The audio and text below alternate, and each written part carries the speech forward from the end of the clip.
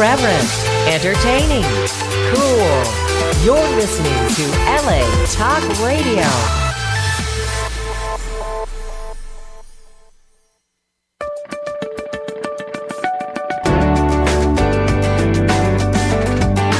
You're listening to What Women Want with Judy Goss, only on LA Talk Radio. Good evening, everyone, and thank you so much for tuning in this evening. I am your host, Kristin West. Our beloved Judy Goss is away on vacation tonight, and I want to welcome you to What Women Want Talk Radio. What Women Want has been on the air for over 2 years now, and it has hit way over 500,000 downloads. That's incredible. And during our time on LA Talk Radio's website archives, you can find us on iTunes and Google Play. And I am just so thrilled to be a part of it all this evening. And you know what? It's you, our listeners, because we wouldn't have a show without you. And let me tell you, we've had some amazing guests on recently, like Marcia Clark, 5-time Olympian Jackie Edwards, Stacey Rose from HBO's hit show Ballers, Dr. Christine Carlson, the author of Don't Sweat the Small Stuff, and the publisher of Chicken Soup for the Soul, Amy Newmark, have all been on our show recently, and we have been rocking it out recently with our show and the caliber of the guests who are coming on with us. Tonight, we have some very special people on. We have the founder of Bridesmaid for Hire, Jen Glantz. She's going to be back on our show to talk about her new book that came out 2 weeks ago, Always a Bridesmaid for Hire. It's doing very well, and her backstory behind her company is tremendous. Along with Holly Daniels Christensen, the founder of Dune Jewelry, and they both have uniquely built these amazing businesses out of making the moment count, really making thoughtful moments for people, as the title of our show tonight is Memory Makers. Well, about me, just in case you were interested, I am Kristin West. I'm an actress and producer, and I have won a few Best Actress Awards, particularly for the film Seeking Valentina, and I was recently nominated for the Mary Austin Producer Award at the Idlewild International Film Festival. I'm a proud Texas ex graduate of the University of Texas with a degree in radio, TV, and film. And you should also look up our beloved Judy. She has interviewed heads of state. She's interviewed first ladies, titans of industry. So please look up Judy Goss. She's been an editor of major fashion magazines, and we love her to death, and we hope she's having a wonderful evening on vacation. I want to talk to you and introduce the amazing Jen Glantz. She is the founder and head of the business Bridesmaid for Hire. She's the author of a new book, Always a Bridesmaid for Hire, and the creator of the website, The Things I Learned From.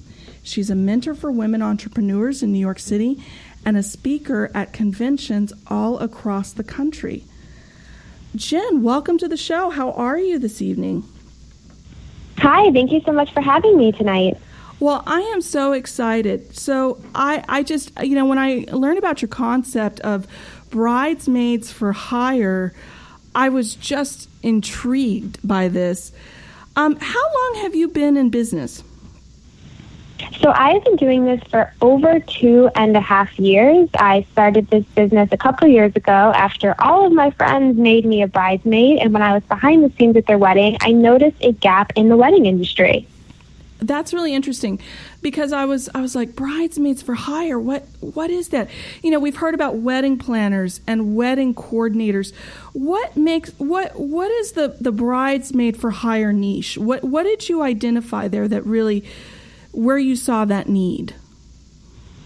So when I was behind the scenes at weddings, I noticed that if the bride had a wedding planner, that person was working their butt off to make sure the wedding was going well, working with vendors, making sure the venue looked good. If the bride had close friends, oftentimes they were busy getting ready themselves, trying to enjoy the day, feeling pretty stressed out. And that's when I realized there was nobody there whose job it was to be there for the bride, to provide the emotional support and just help her out with the little things along the way. So that's when I realized, why not create a business where I can be with the bride before her wedding and during her wedding and be there for her as her on-call therapist, her social director, her assistant, and even her peacekeeper for all the drama that happens during weddings. It's amazing because I'll tell you, I spent most of my younger life behind an organ bench helping my mother, who's a church organist. She's played hundreds of weddings, and I've seen hundreds of weddings.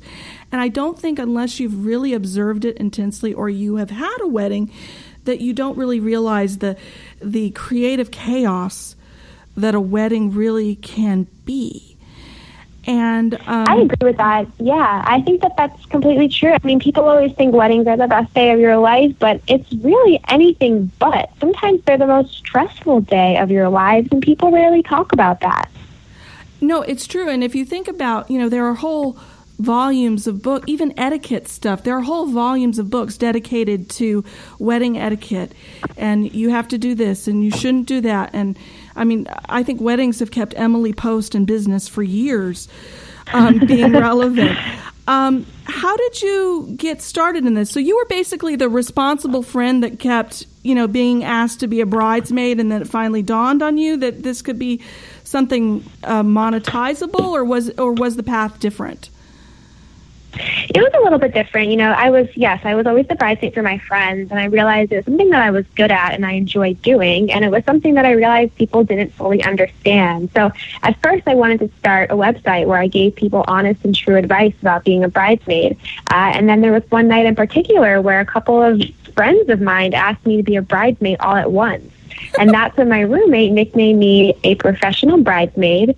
And I thought to myself, okay, let me start a business around this. So I posted an ad on Craigslist offering my services as a bridesmaid to strangers. And within 24 hours, I received hundreds of responses from brides all around the world who wanted to hire me and learn more about this. That must have been overwhelming. How did you deal with that volume of response? It was really overwhelming because when I posted the ad, I didn't think anyone would ever see it, nor did I think that it would launch into a full-fledged business. So, it took a week or so, and I read through all of the emails. I had a little bit of help from my brother, and together we decided on what packages we could offer to people that would be most beneficial based on the emails that they were sending in. What kind of personality do you have to be a bridesmaid for hire? Because, when I think about my friends and I think the hypothetical, because I'm single, if I thought about the hypothetical Kristin getting married, well, who would I look to be my bridesmaid? What kind of personality do you have to really to make it as a professional bridesmaid? I think that you need to be the kind of person who can tolerate and relate to all different types of people. This is the kind of job where you build real lasting relationships with all different types of people who often have very different personalities from you. So a lot of what you have to do is be able to relate to people, to talk to people, to understand their stress and chaos and find a way that they can digest it. It's so true because you have, and of course there are hundreds of stereotypes. The groom just wants to get through the process sometimes and doesn't understand all the aesthetics. Then you have this sort of trope of the crazy mother-in-law, and then you have the trope of maybe the pastor who may or may not be with it or not. I can just think of all sorts of things I've seen at weddings and how we portray weddings in the media, and so it's amazing. You really have to be a communicator, I think, to get some of this across. Now, when you first started, did you have a mentor in this or as well? Did you have to make this a business model? Did you have a mentor or you just dove right in on Craigslist and had an instinct for it? What was it for you? For me, it was a little bit more untraditional. I did it completely by myself. I didn't have a mentor. I really wasn't even quite sure what I should be doing or how to do it at first. I learned along the way, and a lot of how I did it was just learning by mistakes. I would try something out, see how it would work, and revise from there, which was good and bad. I definitely worked harder than I needed to at first because I was trying to figure a lot of things out for myself. But this is the kind of business that if I thought about it for too long, or perhaps if I even asked anybody for help or told anybody about it, they would probably call me crazy. They'd probably talk me out of it, or perhaps I would talk myself out of it. So in my mind, it was very important for me to run forward with this by myself and try it out to see what would happen. Was there ever a moment in in the process of doing someone's wedding professionally, and I can imagine the first few times that must have been enormous pressure until you got kind of a system down. Was there ever a time where you're like, oh, I don't know if this is such a good idea? Because, I mean, we learn from our failures. Is there a moment where you thought, I'm not sure about this? You know, it was actually the opposite. I was worried that this definitely wasn't going to be a business and there wasn't going to be a need for this. And, you know, when I did it for my first time after I posted the ad, I think I booked my first client, you know, a week after. And when I flew to Minnesota to work her wedding, at first I was nervous that this wasn't going to work. But after I left her wedding and after I left the wedding of a couple people right after, I realized, wow, you know, this is a really good idea. I saw the need and what I changed in their wedding, and I'm really excited about this. And, you know, it was less of, oh, I'm not sure if this is going to work, and more of, how do I get this to work even better? Because I really do believe in this business. You know, I have to ask you, because you were talking about the different kinds of personalities involved in weddings. Do you have like an ideal client or a client that is more typical? I can imagine if you're sort of an alpha female and take charge kind of woman, but you may have friends that are not necessarily as shall we say proactive as you may want to not burden them necessarily with the intricate details of being that head bridesmaid. Do you find that there are particular types of women that are gravitating towards your business, or is it or reasons that people are gravitating towards your services? Sure. I think a lot of people gravitate toward my services because they already have 5 or 6 bridesmaids, and they want those bridesmaids to have fun. They don't want to burden them with too much, and perhaps these are bridesmaids who are very young, who have never been bridesmaids before, or perhaps when all of them get together, there's a little bit of drama that's happening. So a lot of these weddings that I work, the brides already have bridesmaids, but they're looking for that professional support so that their friends can enjoy the wedding and not have to worry about the little things. The other camp of people I see are brides who don't have any close friends. And while that might seem terribly sad, it's actually not. Not everybody in this world is lucky enough to have close family members or even friends to support them on their wedding day. And if you think that that's crazy, well, you really take for granted the people you have in life, because not everybody has that. No, that's very true. And, you know, sometimes you have situations where I know when I was 5 or 6 years ago, right after college, everybody was in a race to the altar. Everybody was getting married.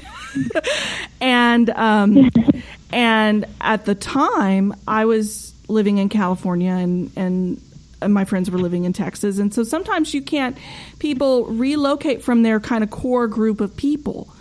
And I would think that would be another reason too. You've also written a book that came out 2 weeks ago. Can you tell us about that book? Sure. So I wrote Always a Bridesmaid for Hire, and it came out on February 7th. I always say it's less of a book about my wedding horror stories. That's not really what I wanted to write about.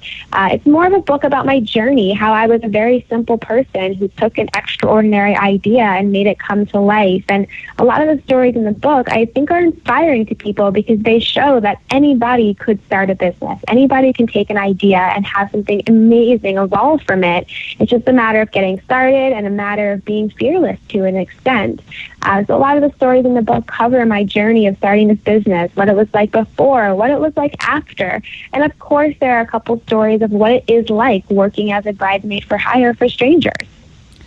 Well, I'm sure, you know, for those of you out there that are interested, this is probably a read that is juicy and poignant and fun, because it sounds like you're all of those things. And thank you. Yeah, we should definitely be taking a look at that. And I'm sure even if people are reading it, they might even have reminiscences about their own wedding scenario or those of friends. I know that, you know, from my mom and my mother and my perspective, being behind an organ bench for 20 years, we always dreaded the flower girls. Because you can't really control whether the toddler's going to walk down the aisle properly or not, and she's right before the bride. Is there any sort of go-to tip you have for someone who's thinking about walking down the aisle from the expert bridesmaid? Is there any sort of sliver of wisdom you can give the wonderful happy couples out there from all of your experience? Because I'm sure you have some amazing stories.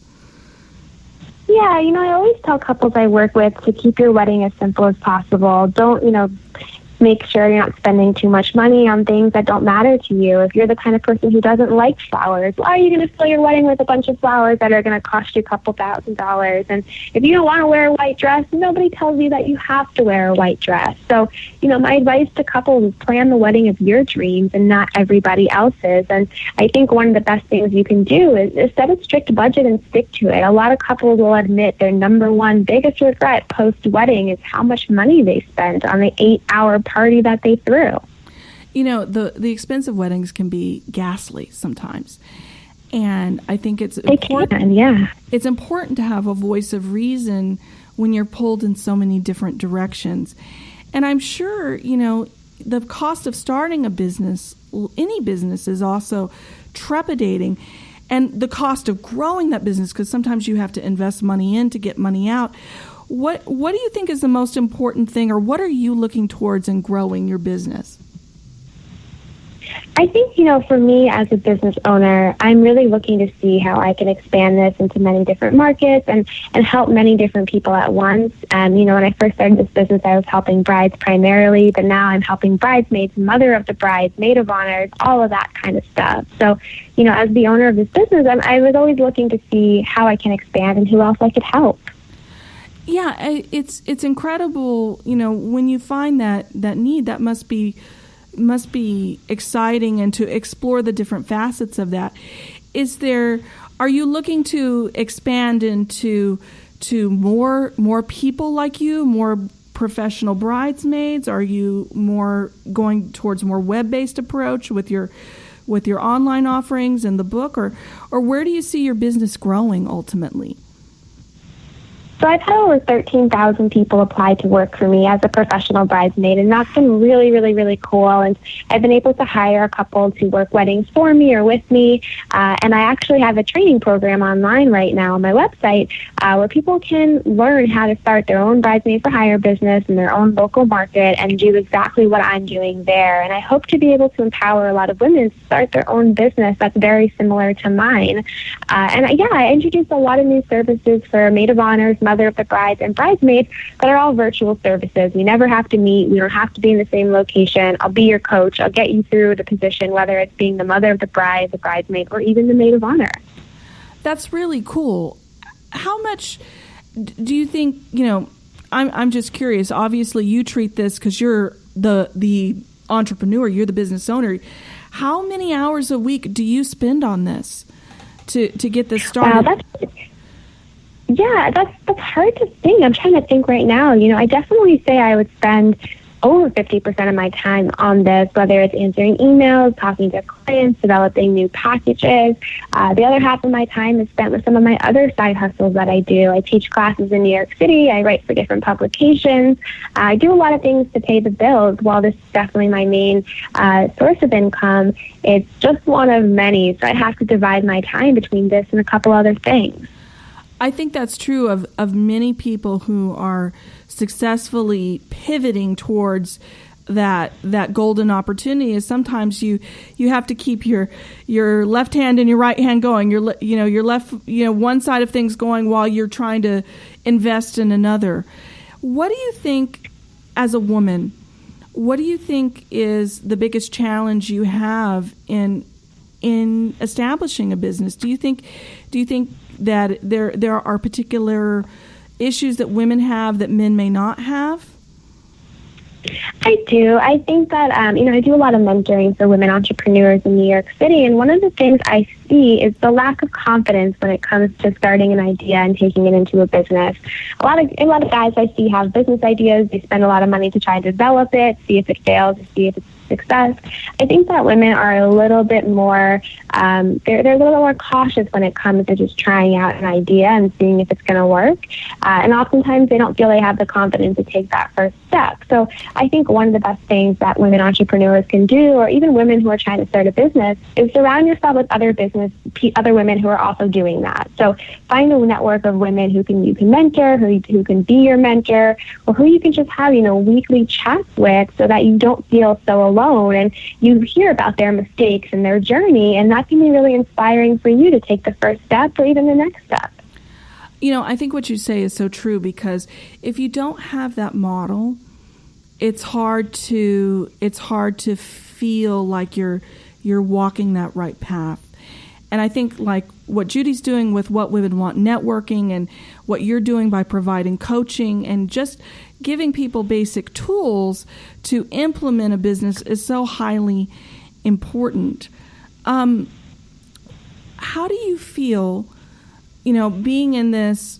Do you have a 5-year plan for your business? Do you have like a 10-year plan, or are you more in the moment with trying to see where this amazing idea that just kind of exploded into this amazing thing, how it's working for you? Do you have like a trajectory, or are you still trying to feel it out where it's supposed to live?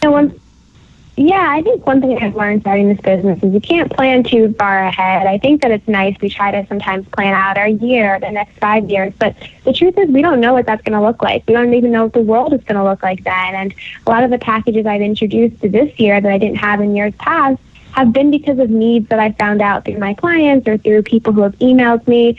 They were never things I could have imagined on my own would be successful packages. So I think a lot of what I'm personally trying to do is just take in as much as I can, hear from people as much as possible, and make my business evolve because of that. That to me is the most important way to grow my business, and that's kind of been my plan of action so far.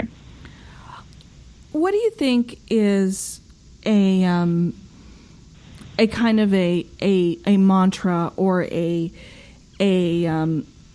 guidepost for someone who may want to start their business but may not know how? What advice would you give to someone that's just starting out, or not, maybe not even sure?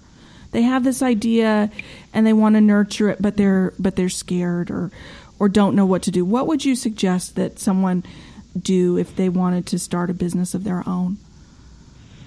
In my opinion, the best thing you can do is break things into smaller steps. I think when we have this idea of a big, giant goal we want to accomplish, or a business we want to start, we spend a lot of time psyching ourselves out. And I think a much easier step is to break things up into small steps. So you can say, okay, today I'm going to research a name for the business. Tomorrow, perhaps I'll do something else. But I think breaking things down in a smaller way like that will help you achieve whatever goal you're looking to achieve. It's true, because sometimes you get stuck, and I know this is true in my experience of movie making, that you think, oh, we have to make a film. It's 120 minutes long. But really, we have to break it down scene by scene, moment by moment, to make all of that stuff work. What do you think is, if someone's interested in weddings or interested in reaching out to you to be a bridesmaid for hire, what do you think is a good test balloon for them to do? Should people be going to more weddings? What should they be doing? If you're really interested in the wedding industry in particular, what should a person, what should a teenage girl do if she's interested in the wedding industry but she's not sure about whether or not that would be something for her? So one thing I could think of is try to start something creative, something that nobody else is doing. I think the wedding industry is pretty saturated with a lot of people doing the exact same thing.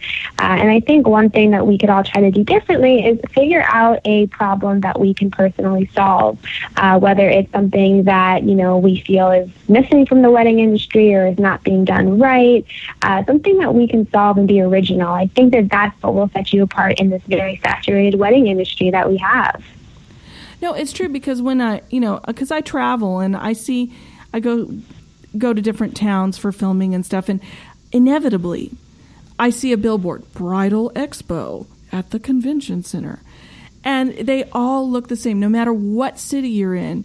It's like the same sort of cookie cutter conventions of bride paraphernalia. So for those that are curious more about learning about your services, maybe potentially delving into the exciting world of being a bridesmaid for hire, or just want to read your book, where do we find you? That's a great question. So my book is available on Amazon. You can find Always a Bridesmaid for Hire on Amazon, Barnes & Noble, and bookstores everywhere. If you want to learn more about me, you can find me on social media at Jen Glantz or jenglantz.com. And if you want to know more about Bridesmaid for Hire, the training programs and the packages we offer, you can view bridesmaidforhire.com. Well, Jen, I think what you're doing is intriguing, necessary, interesting, and surely, there are so many people that are being helped by this, and so many people that can be helped. And I'm so excited that you came on with us tonight. And folks, go check out Jen's website, read her book, and see if maybe you know someone who's just the right type to be a professional bridesmaid. Jen, thank you so much for being on our show tonight.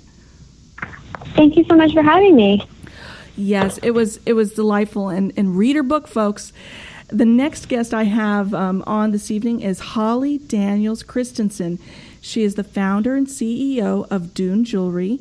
She's a travel lover and a sand connoisseur, and she was working in the Boston real estate market 14 years. And she's actually a self-taught jewelry designer, and she was decided that she wanted to bring her dreams to reality by becoming an entrepreneur and launching Dune Jewelry in 2010.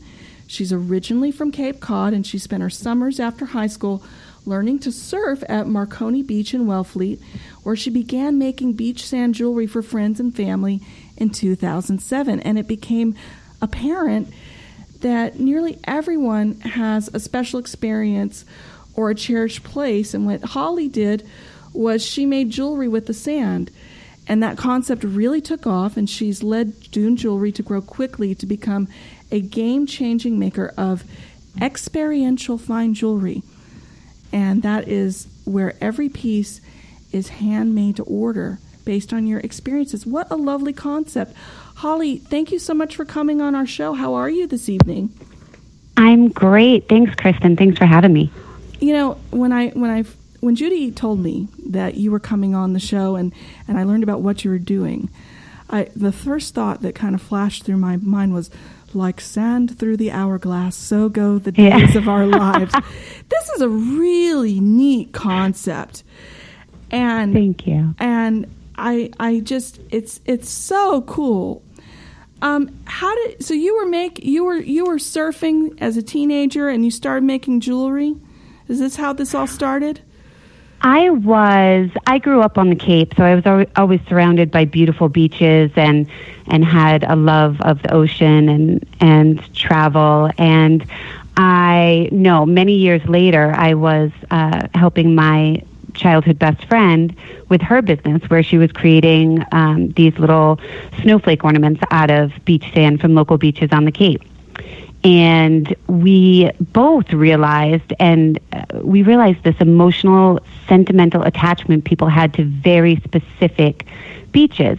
So it would be like, yes, it's a beach on Cape Cod, but it's Nauset Beach on Cape Cod. And sometimes it's a certain spot on Nauset Beach on Cape Cod where someone sat every summer with their grandmother, or they had their first kiss or a honeymoon. So many stories that we hear every day about different locations. So sorry about that. So the question, I should answer that, right? So after realizing that emotional attachment, we were trying to figure out what the next step would be. For an ornament, yes, you can bring it out during the holidays maybe, or hang it in a window, but jewelry came to mind because you can wear it and keep it close to you always. You can wear it every day. It's interesting. People are, I think, wanting more from their jewelry now. It's not just enough that it has to be pretty, but it has to have some sort of meaning. And I think you have a sand bank. You've collected different sands from all over the globe, right? Yeah. In the beginning, I used to take road trips, and I would call the town hall and say, can I take a cup of sand? Because a cup of sand can make actually thousands of pieces of jewelry. We just use a pinch.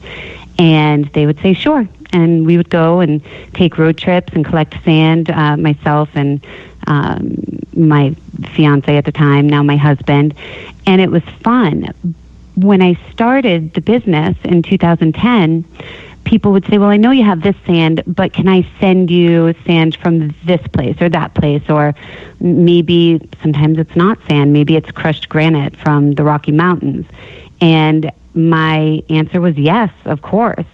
And inevitably, they would always send a little bit more than needed. And of course, it authenticated it, because why would they send sand from somewhere that, for their own custom jewelry, that wasn't the exact location, right? Exactly. And at that point, I started noticing the similarities between sands from different locations throughout the world, and started keeping and cataloging each and every sand that was sent in. How many different types of samples of this do you have? It must be a lot. 3,300 was the last count, but Wow. we do, now that we've just passed Valentine's Day, we do have many new sands to add to the sand bank. You must have a stellar organizational system to keep all of those distinct I do. and I do. and separate. Because sand, you would think it all looks sort of alike, but it doesn't, because you're right, it depends on where you are. What do you feel is the, people are going to, they have their memories there. Can you share a story with us about someone who maybe gave you a sample of something and how they reacted to the jewelry piece? Are there any special stories? I mean, I'm sure they're all special in some way, but is there any standout story? Goodness. There are so many stories. Our customers tend to get very emotional. If they're calling to tell me their story, it's usually a very emotional scenario where sometimes a loved one, it was the last time they were on a specific beach, their favorite beach, with their sister or father, or it was the last time they were there together, and someone may have passed away. I know that's a very serious kind of, not as a happy memory, but we do hear that a lot. I mean, we're giving them literally a piece of a day that they're going to remember forever, and now they've got a tangible reminder of that. Also very happy honeymoons, and oftentimes childhood beach houses where they say, my family went to this beach house every single year on the shore, and my grandparents sold it at one point, and now I'm buying 10, 12 pieces to pass out to all my brothers, sisters, cousins, so they can have a piece of that wonderful memory with them forever. That's amazing, because sometimes you get attached to a place and then it gets sold, or it's not public anymore, and that's an amazing way to share history in a very tangible way. Is there anything somebody has sent you that's maybe a little offbeat, maybe not sand, maybe not a rock, that they or something that they wanted in one of your pieces that was maybe a bad unusual? We've had people. Now we're based in Boston, Mm-hmm. so that's where my studio is, which is a very sports enthusiastic state. So we've had people send us crushed hockey puck that they want to wear. I know. Oh my goodness. It's Fenway Park sand. We get that all the time. Cool. Goodness. I'm trying to think of other items. I'm drawing a blank in the moment, but I would say the hockey puck is definitely the most interesting thing that people have sent me. If you could see my face right now, I know. My jaw's just like, what? It's interesting. Now, you have to have some major creativity to pull this off. You have these special designs that they're receptacles for the sand. Did you have to go through a patent process to do all of this? To really? I did. I began the business in 2010 and decided to work with a mentor in 2012. And he was very adamant that I learn about protecting my intellectual property. So I do have 2 utility patents and some design patents.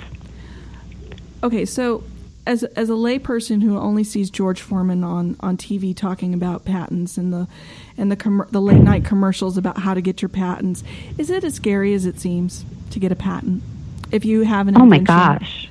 Well, it's a long process. It's a very long process. So, yeah, you just have to be up for the challenge and know exactly what you want to protect and what's really special about your concept.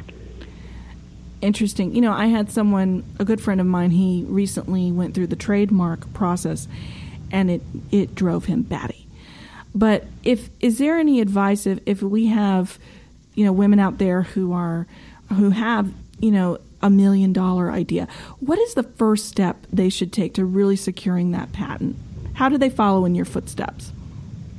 I think that you have to build such a great team around you, and you need to get a good attorney who doesn't think your idea is crazy. I spoke with 4 attorneys before I settled on the attorney I was going to work with, and I did have to, for me, sometimes you have to learn how to speak to people and make them relate to something. So when I did go to this particular attorney, I brought Fenway Park sand so that he really got it. And I don't mean to stereotype that he's a man and it's sports, but that's kind of what it was. He just immediately got it, as opposed to me saying, well, I make it out of beach sand where people went on their honeymoon. And once it clicked in his head that it wasn't just jewelry, it was tangible memories that I wanted to create and patent, he was all in, and he's been terrific ever since.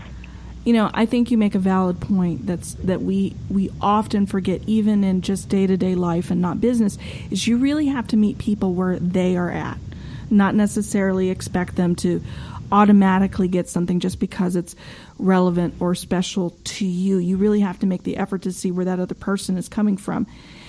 And I think one of the things about your jewelry is that you are helping people you are meeting where they're at, quite literally, in the sand and in the hockey pucks and the Fenway Park sand. And it's garnered you an amazing distinction. You were Small Business of the Year for a woman-owned business by the Small Business Association. What a tremendous honor that is. Can you tell us about that? That's such an amazing achievement. Congratulations. Thank you. Thank you very much. That was one of the best days of my life when I got that phone call. It was so validating, and I just kept thinking about, I have 2 little girls, and I kept thinking about how special it was for them to know that their mom could do that, and therefore they could do it, and that if you have an idea or a business, kind of similar to what Jen was saying, you can do anything. And I think that there were some people in the beginning that maybe thought I was a little bit crazy. And that was a wonderful point of validation for me. And my mentor also was so proud, and he's worked really hard to teach me about business, not necessarily jewelry or sand or anything, but being able to separate the artistic side of my brain with the business side of my brain. And that was really special for him too, because it's very difficult as an artist to start understanding a P&L and how to get your bottom line up and how to hire the right people and everything that growing a business entails. And let's talk about the mom part of your brain, because you're the mother of 2 beautiful children, 2 small girls. Are you Superwoman? How do you manage all of this? What is I don't manage it. I try really hard. I think as women, oftentimes you never think you're doing well enough, right? It's true. You're constantly trying to do better. Am I doing right by my employees and my husband and my daughter and my business? And you're juggling so many things at one time. And I think it is important to step back and pat yourself on the back and give yourself some credit once in a while and smile and say, I'm doing well. And I know that sounds a little bit, I don't want to say cheesy, but maybe cheesy, but it's true. You need to give yourself credit. And I think if your children are loved and you spend as much time with them as you can, and they see you working hard and see your ambition, I think they're going to be okay. Well, what a tremendous model your 2 girls have in you to really show what a woman in business leadership can and should be. And you didn't have any really investors really to start up, did you? You just launched in and did the work. Yeah, I was working in the Boston real estate market. I was a real estate agent, which was actually perfect because it allowed me to still work in real estate and launch my business, grassroots, going to arts and crafts shows, talking to people, listening to what they had to say, seeing what kind of designs they liked, what beaches or locations they were attracted to. And gosh, I was doing both jobs for probably 2 years, so from 2010 to 2012.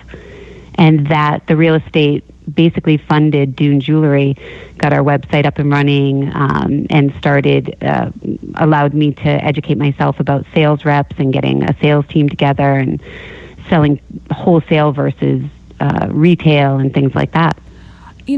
I think what you're alluding to and really mirroring with Jen's experience is really having to keep up that second hustle to really fuel that amazing spark of vision that you had.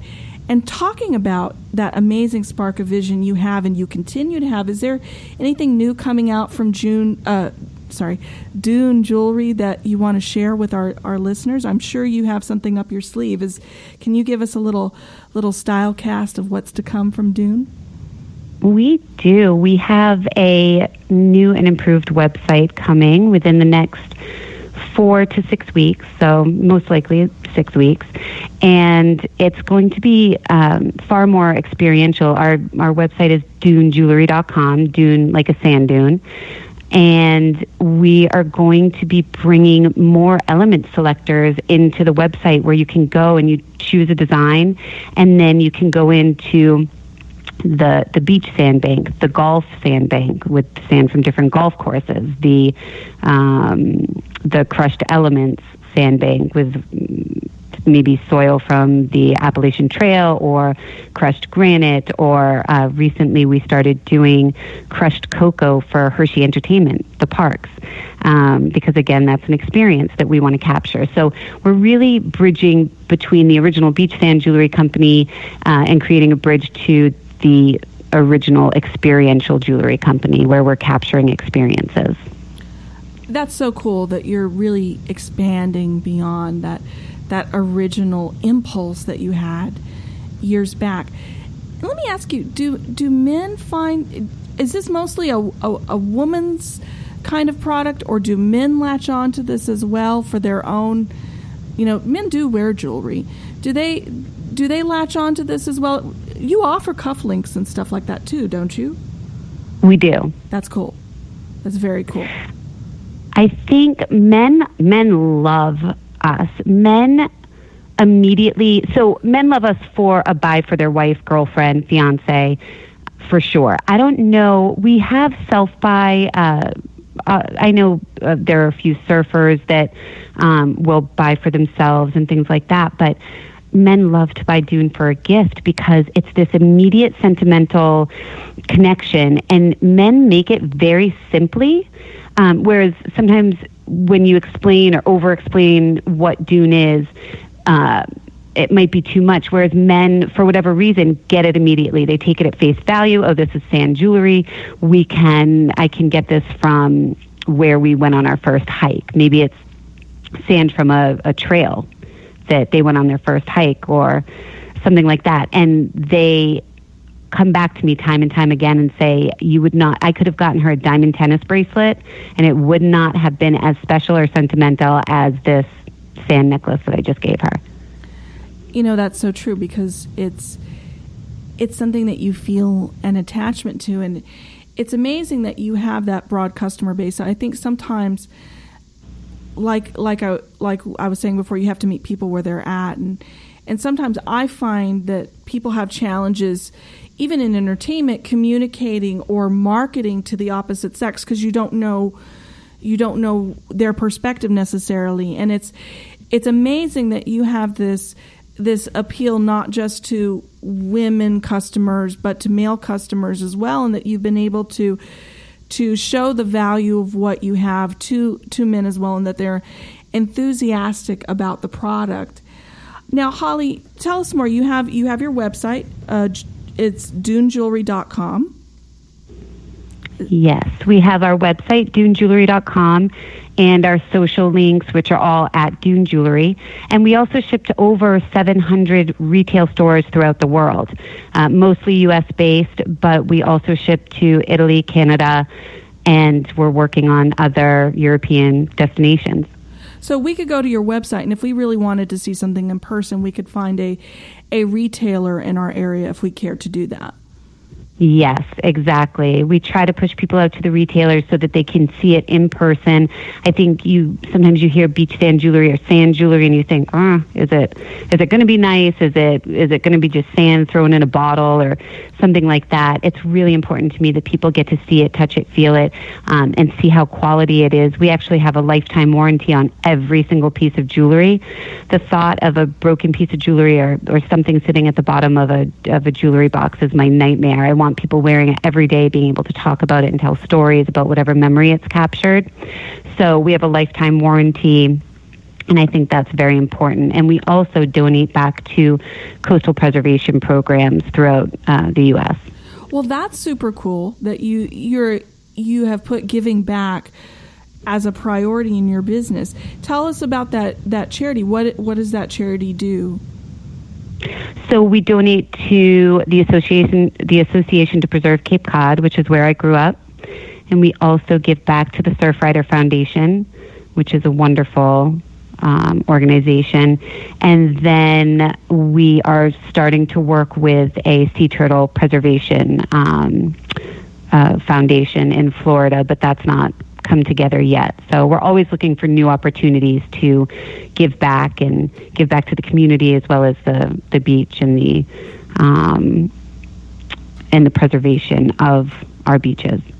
Well, I think it's so cool that you pay it forward with the business, because obviously your product, at least with the sand, not necessarily the hockey pucks, are products of the sea and ocean ecology. And it's really amazing that you are paying it forward with your business and giving those profits in that proportion to what gave you a business partially, which is really exciting. Holly, I just admire this business model so much, and I want to thank you for being on.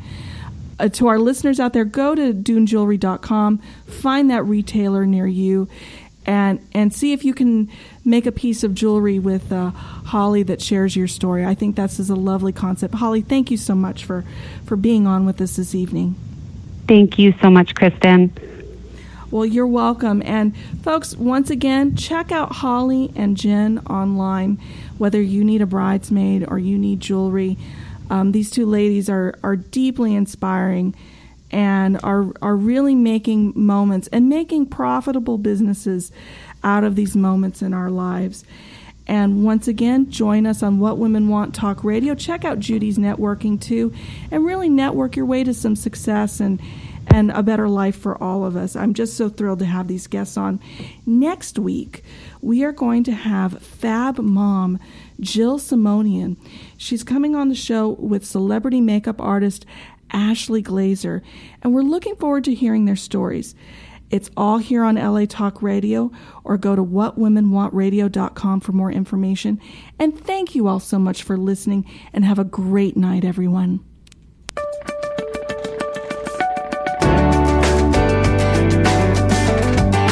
You're listening to What Women Want with Judy Goss, only on LA Talk Radio.